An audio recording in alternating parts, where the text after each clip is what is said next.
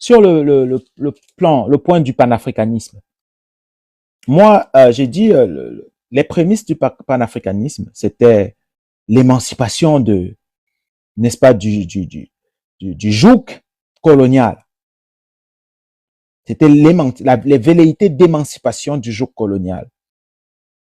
Et c'était un travail formidable. Mais au fil des années, quand ils ont compris que le paradigme qu'ils ont adopté n'était pas le bon, ils avaient été défaits, un à un. Même Marcus Garvey est mort pauvre dans un petit trou à Londres, quelque part. Donc, il faut comprendre que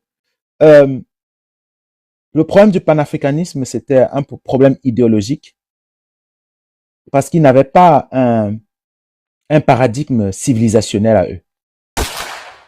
Dans cette mouvance, il y avait un peu de tout. On y comptait même les Martin Luther King, pasteur. L'autre, Malcolm X, musulman. Donc vous voyez déjà qu'il y a déjà un conflit entre les deux personnages, même s'ils ne l'ont pas affiché publiquement. Mais ils adoraient des égrégores différents.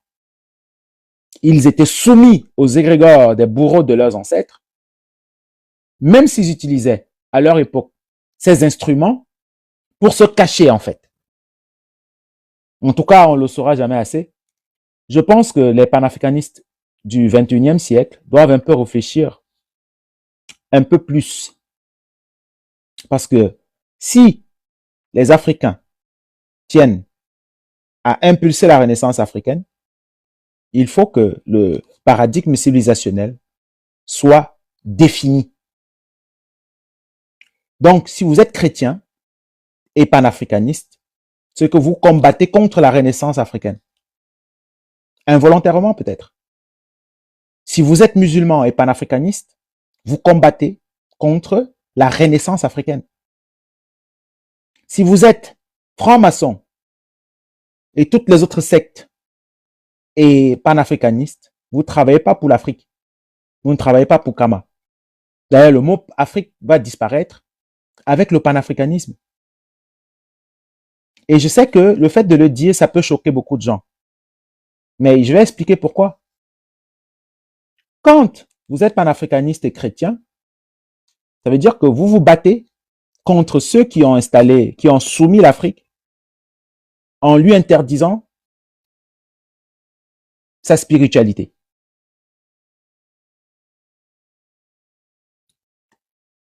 C'est ce qu'on peut penser de prime abord. Mais est-ce que vous pouvez être chrétien et combattre les missionnaires? Est-ce que vous pouvez être musulman et combattre les arabo-musulmans? Le premier musulman de l'ère moderne, et j'ai fait une publication là-dessus, je vais peut-être mettre un extrait si nécessaire, qui a officiellement, pendant une prise de parole publique, demandé à l'Arabie Saoudite de prendre parole quant au djihadisme. Il s'appelle Ibrahim Traoré. Il a décrété la journée du 15 mai, journée nationale de célébration des coutumes ancestrales. Il a reçu, il y a 2 semaines, tous les sorciers du Burkina Faso. Il a dit que pour combattre le djihadisme, bon, il dit terrorisme, on sait pourquoi. Parce que dans un pays où les gens prétendent être à 90% musulmans, il ne peut pas encore se dévoiler, mais ce sont les faits. Ce sont les faits qui comptent. Les actions d'Ibrahim Traoré vont au-delà de ce que Thomas Sankara avait dit. Si vous vous souvenez bien, il avait dit que on ne peut pas se baser du Coran et de la Bible, qui sont les instruments des colons, pour combattre le colon. Il avait dit. Et il y a 2 leaders dans l'AES qui ont déjà manifesté leur rapprochement avec la tradition, avec les sorciers. Le premier, c'est le président général Goïta qui a inauguré un immeuble dédié à la sorcellerie. Parce que nous, ici, on l'avait critiqué. Hein. J'ai des vidéos ici, peut-être je vais les effacer. Parce que nous, on était sortis, hein, quand on a arrêté notre doyen, Papa Dumbi Fakoli, notre ancêtre, désormais élevé jusqu'aux plus hautes dimensions. On avait dit, on voulait organiser même des marches. Juste que un vrai traditionnaliste ne peut pas organiser une marche en France contre l'Afrique. Ça ne peut pas se faire. Donc, on avait compris que ce n'était pas une option. Donc, on a critiqué avec les moyens qu'on avait. Et on a dénoncé le régime d'Assimi Goïta, même si ce n'était pas lui qui était le juge, mais on savait que il avait l'information. Parce que Papa Dumbi Fakoli avait soutenu un jeune qui avait brûlé le Coran, ou voilà, etc. Il en est mort de son incarcération.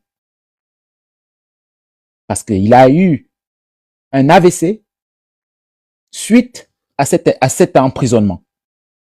Mais il a été libéré. Et on a salué cette libération. Et comme cadeau, le summum, c'était le temple africain, érigé en plein Bamako. Et il y avait le pape des djihadistes, qu'on appelait l'imam Diko, qui est désormais en exil dans le pays du djihadisme, qu'on appelle Algérie ou Algérien. Ils sont tous là-bas, tous les djihadistes sont là-bas. Désormais, c'est sûr de tous.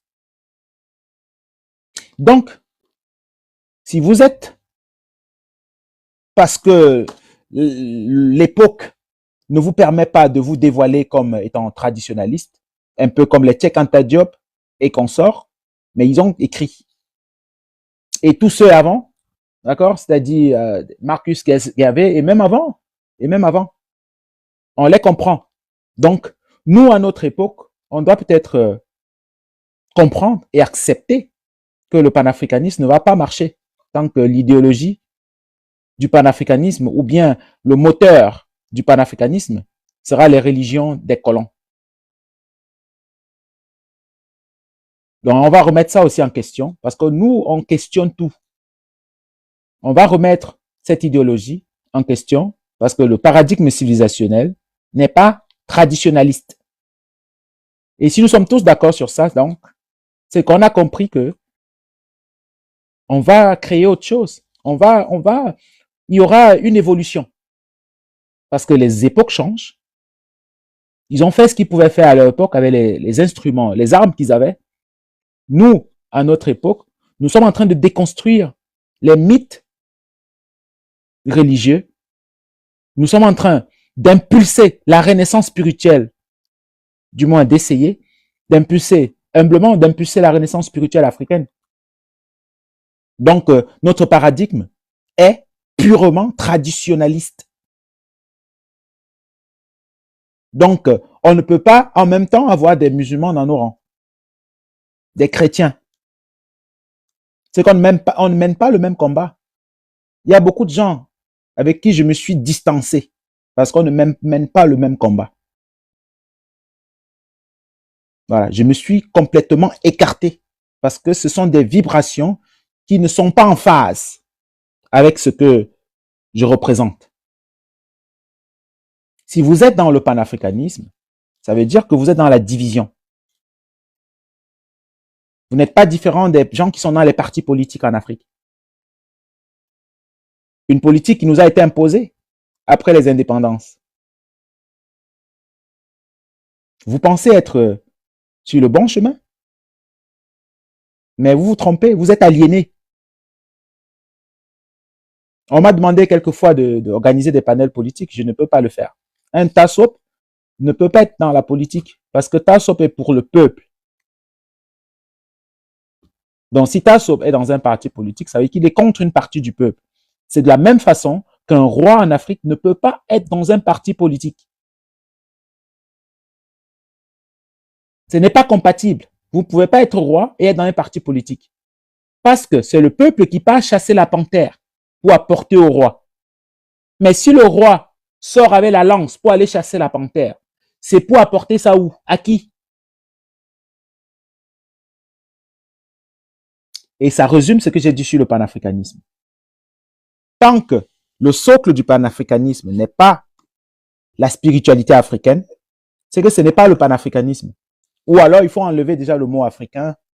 On va trouver un autre mot. On va trouver absolument un autre mot. Si même le mot kamite dérange certains, nous sommes de grandes personnes, on va trouver d'autres mots. Mais ce travail doit être fait en amont par des initiés africains. Et je reviens là-dessus pour chuter. Tant qu'il n'y a pas quelque chose qu'on pourrait appeler le clergé africain, un clergé d'initiés africains, pour institutionnaliser la spiritualité africaine, on aura encore besoin de beaucoup de temps. Parce que si on ne se fédère pas spirituellement, on ne peut pas fédérer nos entités. On ne peut pas fédérer nos mannes ancestrales. Rien que le fait que sur ce panel, on invoque nos ancêtres dans nos langues, vous ne pouvez pas imaginer quelles sont les connexions que nous faisons. Imaginez-vous si c'était des rois africains qui le faisaient, si c'était des initiés africains qui le faisaient. Ça allait aller plus vite. Donc rentrons dans nos villages, parlons à nos initiés. Expliquons-leur que la division est apparue, est tombée sur nous un matin avec l'arrivée des sauvages. L'enclos colonial d'où je suis issu, avant que les Allemands n'arrivent, c'était les Arabes. Ils ont trouvé des peuples dans le nord du Cameroun qui sont aussi des nomades. Ils ont trouvé des similitudes peut-être. C'est pour ça qu'ils disent qu'ils pensent aujourd'hui qu'ils ont accepté l'islam volontairement. Mais un jour, ils vont découvrir leur histoire parce qu'il y a des pays voisins, comme le Centrafrique, où il y a des gens de ce peuple-là qui sont traditionalistes. Ils ont gardé leur tradition. Ils sont toujours nomades. Mais ceux qui ont accepté la religion des Arabes se croient supérieurs aux autres. Pourquoi? Parce qu'ils sont soumis à un... Leur terre sainte n'est plus en Afrique. Alors, ils font le panafricanisme. Je connais un gars de ce milieu qui est très engagé politiquement au Cameroun et qui était de ceux qui ont organisé la marche samedi dernier à Paris contre Ibrahim Traoré, contre l'AES. Et là, c'était le moment pour moi de le bloquer. Parce qu'il n'a rien compris. Parce qu'il a prétendu que son peuple, c'est l'un des plus grands peuples d'Afrique. Je n'en disconviens pas. Mais il ne veut pas admettre que dans ce peuple-là, 80% de djihadistes sont issus. Il refuse de se poser ces questions. Alors, si dans l'AES, on combat le djihadisme et que il y a un groupe en Afrique qui, depuis près de 1000 ans, fait le job des Arabes à la place des Arabes parce qu'ils sont complètement aliénés. Et je ne vais pas citer le nom d'un peuple ici parce qu'il ne faut pas qu'on me parle de tribalisme ici. Il ne faut pas qu'on me parle de xénophobie. Je ne souhaite pas que des civils soient massacrés dans ce combat. Mais il faut comprendre que la guerre, pendant la guerre, il y a des dégâts collatéraux. Et tant que nous sommes d'accord que l'AES se défend depuis plus d'une dizaine d'années contre ces forces qui sont financées par les gardiens de l'islam, c'est-à-dire l'Arabie Saoudite et le Qatar, il faut le dénoncer. Et si vous êtes issu de ce peuple, c'est d'abord vous qui devez le dénoncer. Je suis toujours fier quand j'ai sur mon panel quelqu'un qui est issu de ce peuple-là et qui est kamite. Parce que eux, heureusement, ils comprennent pourquoi les gens de l'AES se battent. Pourquoi les djihadistes tuent seulement les musulmans? C'est parce que vous n'êtes pas assez musulmans pour eux. Est-ce que les djihadistes sont aussi panafricanistes? Parce qu'ils veulent instaurer dans le bassin du lac Tchad. Ils veulent instaurer la charia là-bas. Ils veulent instaurer dans toute l'Afrique de l'Ouest des petits sultanats, etc. Est-ce qu'on ne doit pas se poser les bonnes questions juste parce qu'on va se faire taxer de xénophobe? Est-ce que le fait d'exhorter nos frères de cette grande culture de commencer à se poser des questions? Parce qu'il y a beaucoup d'illettrés aussi dans ce peuple-là. Il y a beaucoup de gens qui ne savent pas parce que voilà, ils sont dans une culture de nomadisme. Ils sont pas dans un endroit. Ils sont partout. Donc, il n'y a pas le temps d'envoyer les enfants à l'école. Heureusement, il y a des endroits, chez moi, on les appelle les Mbororo. Dans mon village, ici, il y a une colonie. Mais ils n'imposent plus leur religion aux gens. Parce qu'ils ont compris depuis que, avec certaines personnes, voilà, vous pratiquez vos religions chez vous. Et désormais, même, les rois, chez moi, les exhortent d'envoyer les enfants à l'école. Donc, ils doivent absolument envoyer les enfants à l'école. Si tous les autres Africains faisaient ça comme ça, on n'allait plus entendre parler de djihadisme parce qu'ils n'allaient pas se laisser coopter par les Arabes. Parce qu'ils prétendent être marginalisés, ils prétendent être discriminés, ils prétendent. Pourquoi? Parce que les nomades ont une culture qui ne s'ouvre pas toujours à la modernité, qui ne s'ouvrent pas à la nation et ils sont un peu refermés sur eux. Donc, le seul document sur lequel ils ont basé leur vie pour ceux qui ont accepté cette religion-là, c'est le Coran. Et Ibrahim Traoré l'a dit qu'il n'est pas concevable. Il l'a dit. Il n'est pas concevable que dans chaque campement de terroristes, on trouve des Corans. Donc, il est temps que les gardiens de ce culte-là prennent la parole pour expliquer ce qui se passe. Le panafricanisme ne va pas se faire avec les djihadistes. Le panafricanisme ne va pas se faire avec des missionnaires. Parce que ce sont des mercenaires. Et si je ne le disais pas ce soir, sous cette façon, on allait peut-être penser que je suis pas clair. L'Afrique de la Renaissance, on ne va pas déboulonner les temples, parce que notre tradition nous l'interdit, mais on va les vider. Je crois que c'est très clair. On va vider les églises en disant la vérité au peuple. On va vider les mosquées en disant la vérité au peuple. Et quand les mosquées seront vidées, il n'y aura plus personne qui va y aller. On va faire comme les Chinois, on va en faire des toilettes publiques. Parce qu'il est temps que notre peuple sache que personne ne fend la main en deux, personne ne marche sur l'eau, personne ne transforme les gens en statuettes de sel, etc. Il faut qu'on le leur dise. C'est fini la marmaille. On va le leur dire. J'ai publié une vidéo sur ma page, un jeune Africain qui bientôt sera djihadiste. On lui pose la question, est-ce que tout ce que Allah dit est bon? Il dit oui. On dit, et si Allah dit qu'on doit lapider une femme parce qu'elle a trompé son mari, est-ce que c'est bon? Il dit oui. On lui demande, est-ce que si ta maman trompe ton père, est-ce que c'est normal qu'on la lapide? Il dit oui. Que si c'est Allah qui l'a dit, c'est que oui, on doit la lapider. On lui demande, et si on esclavagise ta sœur? Il dit que si c'est... Je veux même plus dire le mot de Allah là. Donc vous comprenez que le mal est très profond. Et si on continue à tourner autour du pot, à dire qu'on va s'asseoir avec les musulmans, oui, je sais que ça, maintenant, ça touche un peu, hein, parce que je ne dis plus djihadiste. On va s'asseoir avec les musulmans et les chrétiens pour parler de la Renaissance africaine. C'est qu'on va nous coloniser encore pendant les prochains 1000 ans. On va nous esclavagiser encore pendant les prochaines 500 ans. Donc, si vous êtes musulman et panafricaniste, allez en Arabie Saoudite faire le panarabisme.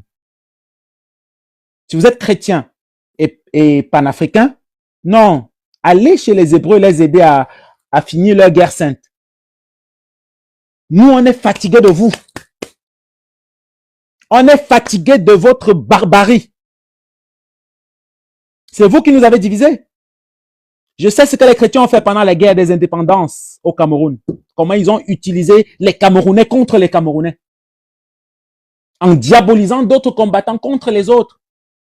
Pourtant, au départ, depuis Douala Mangabel, qui avait envoyé les émissaires dans tout cet enclos colonial pour qu'on se prépare à la guerre contre les Allemands. Il n'y avait pas de tribalisme, il n'y avait pas de xénophobie. Qu'est-ce qu'ils ont fait, comme ils ont appris pendant leur Moyen-Âge? Il faut diviser ces gens. Ceux qui sont les plus recalcitrants pour eux, parce qu'ils refusent l'esclavage, il faut monter les autres contre eux. Ils ont attrapé Douala Mangabel qui était parti au Parlement à Berlin, dénoncé les agissements des colons allemands. Il a été applaudi. Il retourne au Cameroun, il se fait arrêter. Et on l'a pendu en 1914 devant son peuple. Si les Allemands n'avaient pas, si la première guerre tribale européenne n'avait pas commencé, les Allemands auraient fait la même chose qu'ils ont fait en Namibie au Cameroun. Ils avaient déjà tout préparé. Ils ont d'abord émasculé le roi Njoya, qui venait de comprendre que l'islam ne peut pas l'aider contre les Allemands. D'ailleurs, je suis heureux que le nouveau monarque ait demandé à son peuple de retourner à la source. Je suis tellement heureux depuis qu'il l'a fait. J'ai montré cette vidéo ici plusieurs fois. C'était sur TV5. C'est Denis Sepoté qui l'a interviewé. Il a compris. Tous les autres monarques africains doivent sortir de ces sectes-là. Ensuite, les initiés. Nous, on va initier les initiés à la camitude. Chacun va faire le travail d'abord dans son village. Moi, peut-être on va me chasser de mon village. Hein. Mais ils ne pourront pas. Je suis un cam. On ne peut pas chasser un prince. Si vous voulez, c'est pas possible. Parce que s'il y a une catastrophe là-bas et qu'il n'y a plus personne dans la cour royale, c'est moi qu'on va venir prendre. Donc, je suis légitime de parler aux initiés de mon village. Faites le job chez vous. Et fédérons l'Afrique. Fédérons la puissance magique de l'Afrique. Faisons-en un gros égrégore tel qu'ils ne vont plus jamais nous bombarder au napalm. Parce que ce qu'ils prévoient là, ce n'est plus le napalm. Hein. C'est la bombe atomique. Et vous êtes toujours encore en train de narguer leur sacré. Vous êtes encore en train de dire, oui, mais on est quand même chrétiens parce que les chrétiens sont différents des Romains. Ce n'est pas les mêmes gens, les textes sont mal interprétés. Nous, on est fatigués avec ça. Nous, on ne veut même plus savoir si vous voulez interpréter. Si vous voulez rester là-bas, restez. Mais sachez juste que nous ne sommes pas dans le même combat.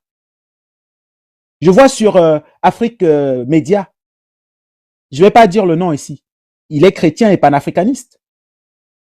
Pour moi, c'est incompatible. Parce qu'il ne s'est pas posé la question essentielle. Comment est-ce que le Cameroun, comment est-ce qu'il y a eu les premières noyades volontaires dans le Vouri, sur les rives du Vouri? Est-ce que c'était les baptêmes volontaires? Question. Aujourd'hui, le Ngondo finit à l'église. Les gens sortent du lac Camp pour aller à l'église. Les gens sortent du Mbok pour aller à l'église. Les gens sortent de... Voilà. Il y a même des villages qui n'ont plus de tradition.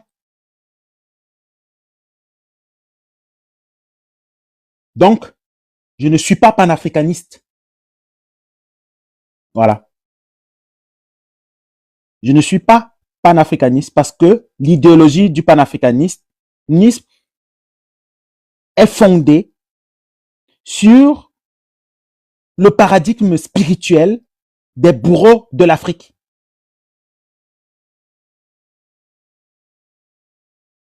Je suis dans la camitude. Les enfants de Kama. Ou alors, si le nom n'arrange pas tout le monde, on va trouver d'autres noms.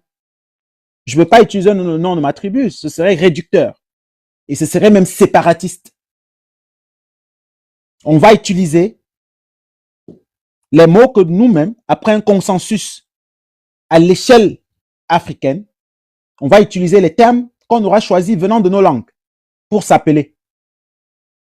Les mots comme kémitisme vont disparaître. Croyez-moi. Parce que les gens qui ont créé le kémitisme, ce n'étaient pas des Africains. Voilà. Donc, ce qui se pratiquait à Kemet, ce n'était pas le kémitisme. Ce mot n'existait pas. On va fédérer et le travail a commencé depuis longtemps. Juste que il faut que notre génération prend ça en main et on mette ça en œuvre. Vous devez vous rendre compte que c'est possible d'avoir sur un même panel toutes les tribus d'Afrique, pendant que dans les panels à côté, ils sont en train de se faire la guerre. Parfois, je finis le live, je regarde à gauche, je dis, c'est pas possible. Je quitte sur TikTok. Je dis, non, c'est pas possible. Ces gens ne sont pas prêts. Ils ne sont pas prêts. Mais on va pas baisser les bras.